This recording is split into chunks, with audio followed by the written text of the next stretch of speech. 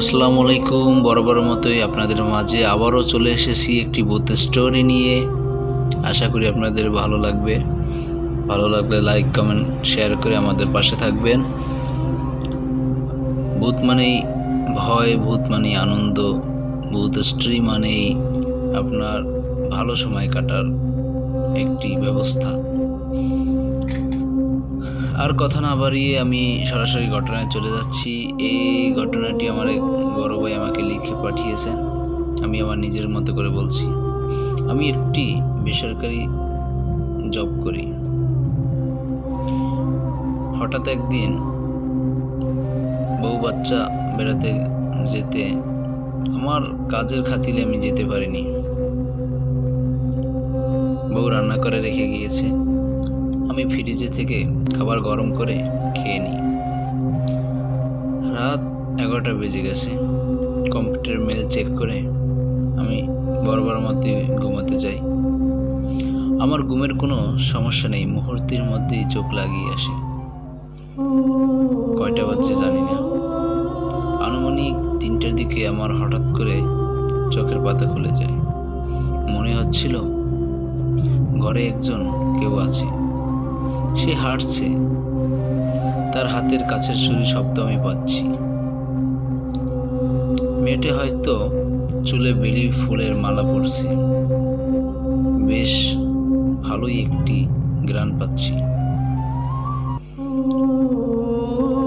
আমি যে লাইট জ্বালাবো একা থাকাতে আমার ভয়ে সাহস হয়ে কুলাচ্ছিল না। ভয়ে আমার হাত পা কাঁপছিল। আমি একা কি করব ভেবে না পেয়ে নিজের মাথায় বালিশ ঠেকে রেখেছি, কিন্তু খুব জোরে জোরে শব্দ করছে মেয়েটা। হঠাৎ করে দেখি আমার মাথার কাছে। আমি আরো ভয়ে বালিশ চেপে রাখছি। আমি ঘুমের ভান করে আছি। মেয়েটি হঠাৎ বালিশটি সরিয়ে দিল, আমার মাথায় স্পর্শ করল। তার হাতের স্পর্শে আমি গভীর ঘুমে জড়িয়ে যাই। খুব বড় আমার ঘুম ভাঙলো। মনে হচ্ছিল আমি স্বপ্নে দেখেছি। কিন্তু অবাক করার বিষয়, তার খোপার বেনি ফুলের মালাটা আমার বিছানার পাশে, বালিশের পাশে। কি সুন্দর একটি ঘ্রাণ আজও বেলি ফুল থেকে আসছে। আমি ভেবে পাচ্ছিলাম না আমি স্বপ্নে দেখেছি না বাস্তব।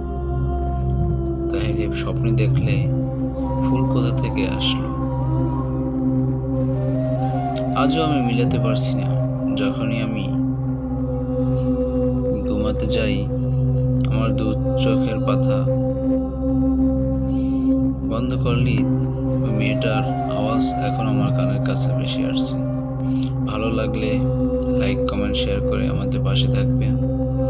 আর হ্যাঁ, আপনারা চাইলে আমাদের কাছে ঘটনা লিখে পাঠাতে পারেন, আমরা সবার কাছে শেয়ার করব।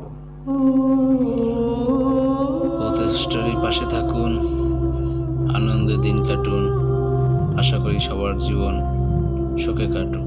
আল্লাহ হাফেজ।